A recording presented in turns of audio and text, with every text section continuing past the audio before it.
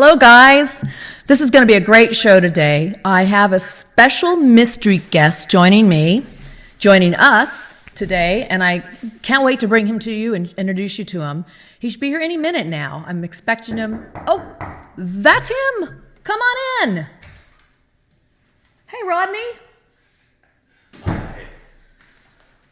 This is so cool, you guys, because this is my board partner. This is Creative Visions TV, and I'm your host, Karen Dahlman. And this is Rodney. Hi. He's been using the Ouija board, you guys, for, several years now. And I pretty much work with him mostly exclusively, I would say, because I find that when you really start working with one person more consistently at one partner, you really get to build up the energies. And then the connection becomes that much easier to return to the board each time and get great messages. So, Rodney, how has this tool affected your life? What has it done for you? Out of the gate, there's so much food for thought. There's so much to actually absorb, and we've done so many things and heard and read so many amazing things that there's no way from the messages that we've gotten that it can affect your life in a extremely positive way, to the point where you actually begin implementing those things you speak about on the board. So, were you ever afraid of this tool? No. Why? Because it's a hunk of, what is it, masonite? This is masonite, yeah. Yeah, it's a hunk of masonite and with a laminated cover. What is there to be afraid of? But what about people, because I get these questions a lot, what about people who have just had that insteeped in them, such as maybe their religious tradition or other institutions have told them to stay away from the board, it's bad, it's evil, you open a door to hell. What do you say to that? I actually don't know what to say, since I don't believe that that's possible. That's just my personal belief level. I don't believe it's possible to give in to, let's take it back. I believe it's possible to give into that, but you have to give into that. If you don't, like myself, don't believe that that's possible, then it's not going to happen. I've got to say, you haven't used the board with anybody else, really. Yeah, a few times at some of the sessions you've tried with other people. Yeah, just goofing off, but nothing, but nothing serious. Yeah, so he's only mostly used it with me, and I got to tell you, I think I've talked about this before in this channel. He went right to the top of the class. For some reason, and we'll get into that, because I think people are asking a lot of questions how to build your energy to get this tool to work. And I noticed that right away, within 8 sessions, we were getting paragraphs. Within about 6 sessions together, we were getting words and sentences. The first 2 or 3 were a little more gibberish, would you say? Yeah. Yeah, and then we started building from there. And one of the things I talk about a lot is navigating through the dead zone. And you guys know that what I call the dead zone is the lower astral levels, where a lot of the dead souls reside that are stuck. Not talking about our loved ones. We're talking about stuck ghost, poltergeist kinds of things. And we really navigated through that quickly together. So yeah, I think we had one girl in Palm Springs or in Indio. Yep. We talked to a couple of dead people, and it was nothing negative. It was all just positive, really. And we also spoke to, remember the dead dog we spoke to early on? Yeah. So he was already doing animal communication, you guys, right out of the gate. So why, okay, I think I have my own opinion on this, but I'm going to ask Rodney this. I don't think I've ever asked you this before. Why do you think it worked so well for you? Because people ask me this all the time, how do I get this tool to work? Why do you think you were able to wield the Ouija right away? Wield the Ouija right away. Why? I don't know if it was right away, but here's what I did. At first, it was just, I was following and looking and anticipating, and nothing, the planchette moved, but nothing but gibberish, a mishmash of letters. And then I would watch her write. She would write, and I was watching, and I found myself anticipating what the next letter, if it did a D, O, was that going to be do, or was that going to be door, or what was it going to be? And I found myself anticipating it, and it was like going through mud. It was the planchette was like stuck in mud. And it wasn't until, with her advice, that I completely looked away from the paper. I didn't anticipate anything. I got lost in my own mind. Often we'll actually have conversations while the planchette is moving. And I started focusing on the dot. I started focusing on the nail with my eyes and following the nail around the board. And that turned out to be my focal point. And until I lost track of what was happening. And I can't keep track of the letters. I can't keep track of the words. I can't keep track of the sentences. I can't keep track of the paragraphs. Every once in a while, she's been doing this long enough that she will just a few years. Be able to anticipate the words. And in anticipating the words, and here's something that caught me off guard. She began to anticipate the words. And when the word that she says is not correct, it will stop where it was and then move on once it's been corrected. And if the word is correct, it goes on to the next word. So to be able to be mid-word, right? You can't. There's no way you can track that. There's no way I can track that. Because you might get a D. Oh, it was going to be door, but I say door, and the next word comes up, and it's just letters. Yeah, you don't know because it'll stop in the middle of that word. Yeah, right. And so I may know some of the words, right? But the context and the concepts and what's going on. Now it has taken us to some interesting places where there's no real way to communicate short of writing letters. It has found other ways to communicate with us that aren't in letters, and it'll actually stop on letters. And she'll say the letter H. And it won't move. It won't move. It stays there.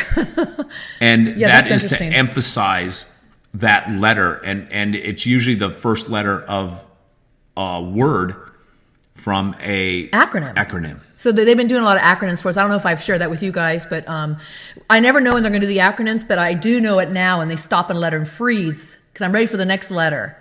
And like he said, that it's a lesson, some kind of lesson they're giving us. So this is what I want to kind of rephrase, or I want to summarize what you just said, is that what was really important for him to get good at it was not to get so caught up on my writing over here, because he was trying to read it and keep his hands on it and going back and forth. It was more important for him to let go, not worry. These are really important things, guys. Let go, not worry, allow. Remember, too, now he's upside down on the board when we work. And backwards. Because I'm the one spelling and writing and doing everything else. So he's upside down. I'm Ginger Rogers to your Fred Astaire. There you go. So the key, but I never heard him say this before, that he focused on this little, I call it the eye of the Ouija. Eye of the Ouija. The little nail, he focused on that, and that allowed you to kind of let your thoughts go. Let my thoughts go, yeah. Sometimes I'm so focused on it, you'll ask me a question, I'll be clueless on what you said. Well, these are good techniques. That we're just trying to give you another perspective from somebody else who's been using this tool for just a few years, not very long, and how he was able to get it to work for him. Now, guys, I'm going to say it again. It's not the tool that works. It is yourself. You are the one that allows this to work, meaning you're the one that connects to the energies. You're the one that opens yourself up. Take the tool away, boom, it's gone. You could still do this work without it. It just becomes kind of our permission, our channel, our vessel to take us into these realms. And there's nothing wrong with that. Now, I've talked to you all about this before. One of the byproducts using this tool has been developing other senses within me. And I am now voice channeling the same guides that come through when we do a session together. I also think, and this is just mine, this is not something you and I have ever talked about, but I think that when people say I can't get the planchette to move. Good point. People ask this question all the time. I believe that that their mind is stopping it from moving. And okay. That I believe that planchette will always move. And that you don't have to, if we put our hands on right now Oh, it'll go. If we put our hands on right now, it will move. It's not us pushing it, you guys. This is, but we're gonna stop there. But that is just it's moving on its own with our energy. They're coming through. We weren't pushing it there. It will always move. Yeah. If it doesn't move, it's because you don't believe it, so you're stopping it. That's strictly my opinion. I think that's really wise. The Ouija board is not broken. You're broken. I don't mean that mean-like. I mean, it's something in you that's blocking it. And it's typically, this is not a common thing to do. And I'm not going to say it's an easy thing to do.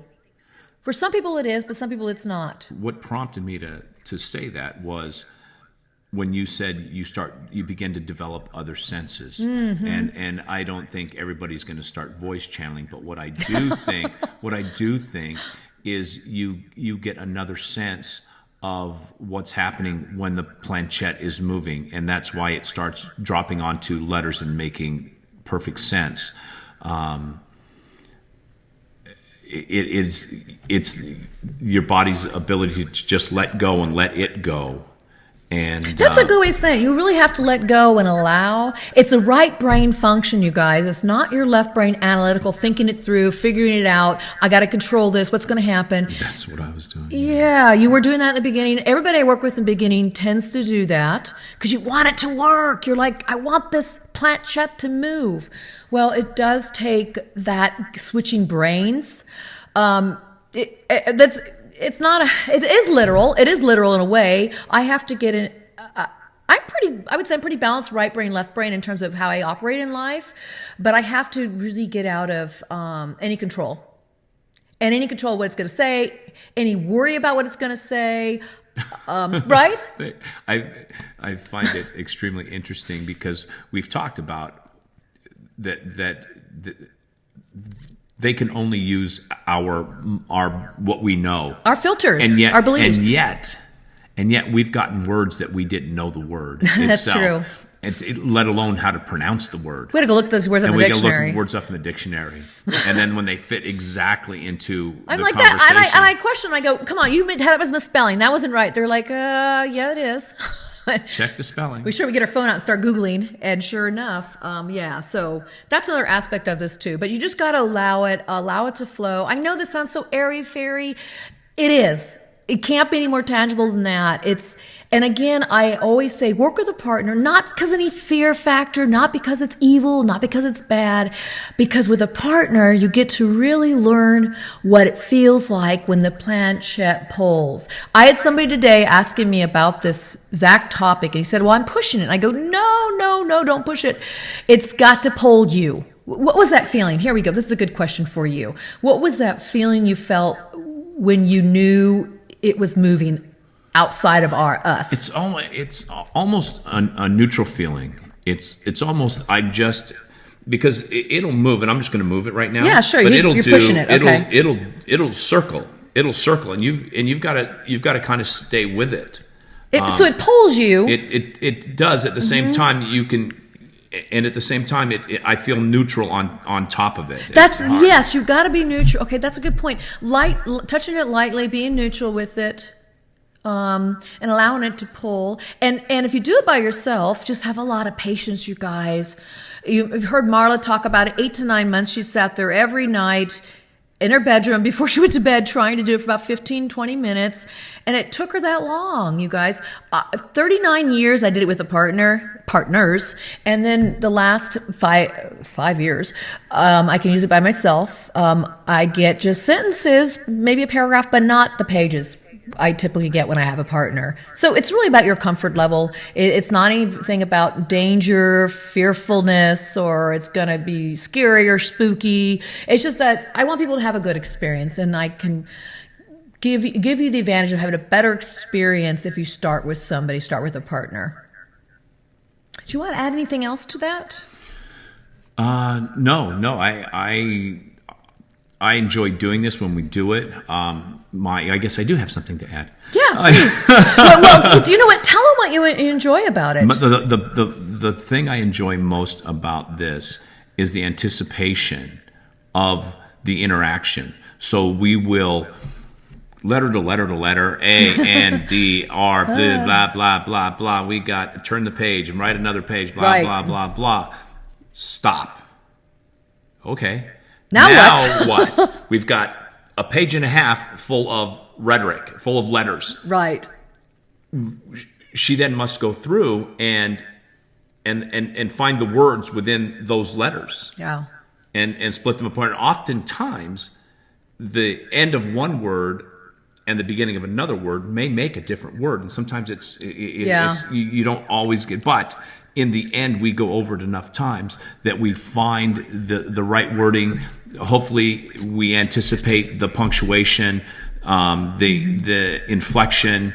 We have laughed so hard we've cried. Where a sentence stops and a new sentence starts. Begins, yeah. Where a comma could be used. Because, my board here that we use all the time doesn't have comma, periods, question marks. But what they've said about that is better. Because they often give us messages that have multiple meanings within the same flippin' sentence. So to put... Ooh, here we go, spiraling up, guys. This stuff goes on and on. It's amazing. To put a comma there changes it. And not to have a comma there changes it yet again. And yet both have meaning. To the situation that we're asking about. Right. Both any way you do it, it is meaningful.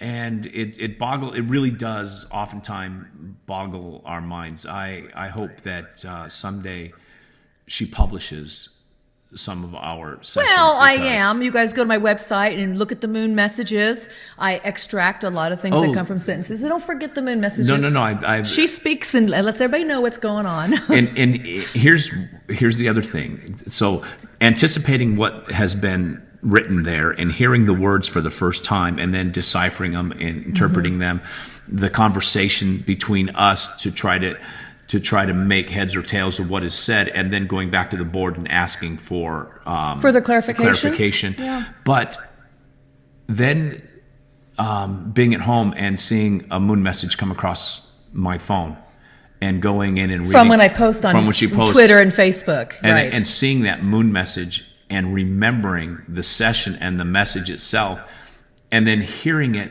for the third or fourth time a completely different way. Yeah.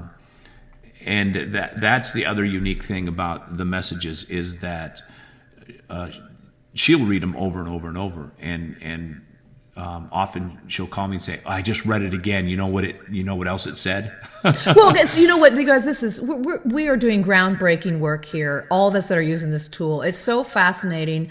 So amazing. I just have to say, and I've said this before to you guys too, I'm just so touched and honored to be a part of this movement and to be able to have source wisdom, the guides speak through me and all the different beings we communicate with, because there's nothing like it.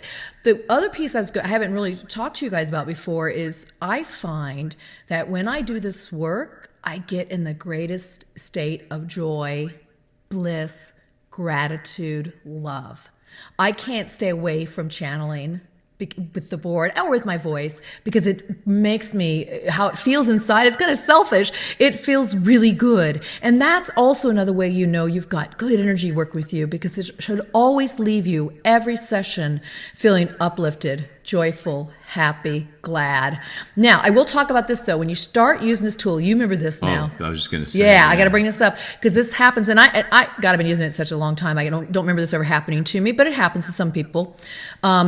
People might get headaches at first. And what we've learned about that is that that's the energy in you clearing as you're reaching into higher energy levels.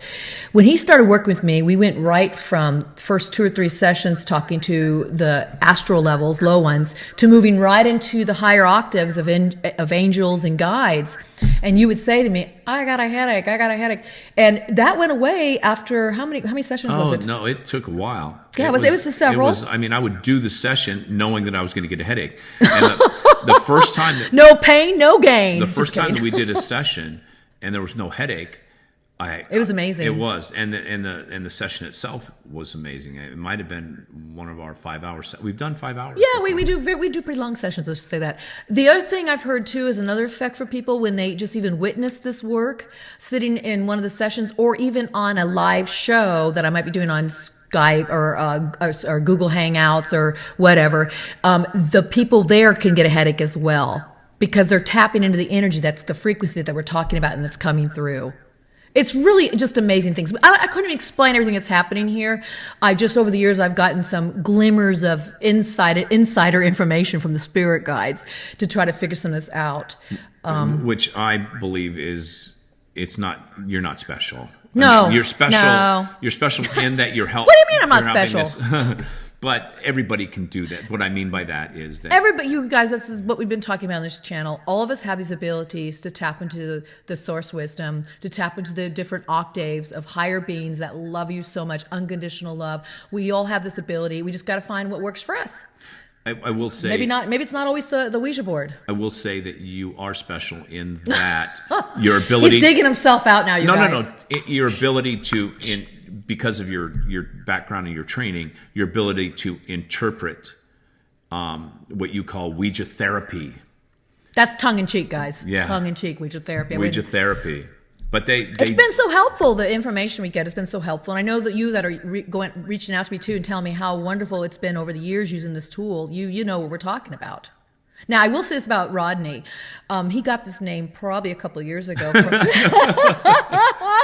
I got to tell you guys, because it was so funny. Sometimes, maybe because I'm so close to the message and I'm writing and I can't even read my handwriting. I'm going to show you what this looks like. We're going to do a session for you in a little bit. I'm going to show you what this looks like. And so I can't even read it. And he'll go, move your mark over here, put these letters together, and there's your word. I go, what are you, the Ouija whisperer? So Rodney is AKA Ouija whisperer. He's really talented at this. In hearing her read it back, I can mostly hear where a word doesn't fit. Yeah. And I say, and so my thought is move that word back into the sentence before and put your period here, and all of a sudden it makes sense. Yeah. And it's because she's so close to just breaking and finding the words. You'll see her and have to do it and writing them. That she doesn't hear what she's saying. She's just saying the words. I'm just saying it. Right. And you'll see. She'll repeat it. She'll read it once, get the thing, and then read it through again. And then if there's any questions or any changes that I think should be made. And there's been times where I said, no, I think it should be this. And but you're not changing the word. You're no. Moving the letters. You're just moving the comma or the period or the emphasis. Yeah. Right. And she'll say, but wait, what if we say it this way? And we go, ooh, that makes perfect sense. And then we go, let's get clarification from the guides. And they'll say, yes, both ways it'll be. Yeah. So I hope that some of this comes up during our session. And by the way, they're listening. We're going to bring them in a little bit, and they're very excited to talk to you guys. I know you haven't seen me channel with Rodney on this YouTube show, so I'm really excited to bring that to you. But before we do that, I wanted to talk to you a little bit more about preparing for a session, because I think that's an important part. First of all, I want to say, Rodney, thank you for joining me today. Cheers. Cheers, a Ouija cheer. And we always start with our favorite beverage. I'm drinking a Moroccan mint green tea, organic. He likes to drink soda water. Mineral water, soda water, yes. So I always say, come to the session with, your water, your hydration, something that's going to, your sustenance, have it there with you. Because you might be sitting there for an hour or 2 or 3 or 5. You never know. Tick, tick, tick. So, and it goes by so fast. It really does. And you get in a time warp. Okay, the next thing you want to do is you want to be free of disturbances, distractions. Nobody else, my phone's off, my phone is turned off. That's important. The cats are fine. They usually come in and like to talk on the board. I'm not going to answer the door if somebody knocks. Just get yourself free of distractions. Really try to get rid of any of the pain of the day, any of the hardship of the day, or just if you're, worn out, drop that. Don't come to the session with that. Now, I always say, get yourself prepared internally to feel really in a great space. If that means being neutral, that's fine. But I try to get into a space where it's very, there's reverence. I'm feeling very good within myself. I'm making sure that I help bring that energy to the space with my partner or anybody that joins me here in the circle. I will do a prayer, I'll do a breathing exercise, and we're going to walk you through all that when we do a session for you. What do you want to say? you drink wine, but you will never drink wine before a session. Oh, no. Yeah, no. I've talked to them about this before. I think it's you really are bringing in the wrong kind of spirits when you mix the two spirits. Like it doesn't work well. It's just not a good idea because then you dropped your energy level. You dropped it back down. Alcohol is a depressant. Although it might make you high when you're drinking it, it drops you and your energy level drops. And one of the psychic byproducts of drinking alcohol when you're trying to do this kind of work, it actually opens up your aura. So you're more open and prone to, weird stuff. So I just say don't do it. And I know people write to me and say they do it and they have no problem. I'm just not a proponent of it. So that's where I stand with that. So I make sure internally I'm in a pretty good space. I want to feel happy, neutral at least. I'm excited. I want to also make this space sacred. And so to do that, if you need to bring in I got an ametrine, which is a mixture of amethyst and citrine. I've got fluorspar, which is fluorite. This is a beautiful banded piece. And I brought in my green obsidian that I got from Abadania, Brazil, when I saw John of God. So I have them sitting here. I don't always bring out my stones. My guides call these baubles and beads. I call them talismans. But, look, they do have energy. And if something makes you feel good about yourself, can help you augment yourself and get into a good space of energy and feel good about what you're doing, use them. Today, when I do a session for you, I am going to light a little white candle. It kind of reminds me of white light. In honor of you guys, I will do that. I always have a digital recorder. I find it really good and helpful that way I can record the questions I'm asking. And then I always have my pad of paper and I'm always writing everything down. And of course, the letters that I spell out, or they spell out for us and are here, are also on this digital recorder. This comes in handy, you guys.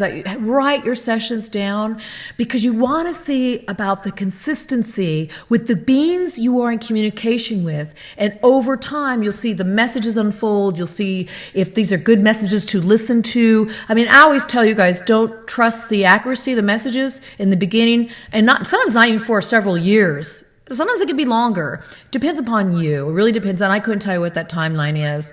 But to begin to find out the messages, what they're about and how they relate to you, write them down. I have boxes and boxes of notes and notes since 1899. Okay, I'm not that old.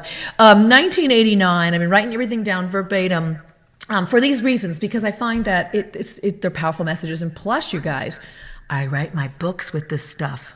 So it's helpful to have that information. What else could I add to that I might have forgot? No, I think we've covered a lot, and I'm sure that within the conversation we'll cover more. Yeah. If something comes up, we'll go, we should. When we do a session, you're saying? Yeah. Okay. So there you have it, you guys. I just wanted to give you an introduction to my fabulous board partner, aka Ouija Whisperer, and to also share with you how to prepare for a session. In the next video you're going to be watching, you're going to see how a session actually goes from start to finish. I'm also going to be bringing in the guides to give you, this channel, the subscribers, the viewers, a message, and they will come through and give you, I don't know what they're going to say right now, but they have something to tell you. So we're going to do that. And then you can really see how these sessions work for us. So again, thank you for joining us today. This is Creative Visions TV, and I'm your host, Karen Dahlman. Talk to you soon.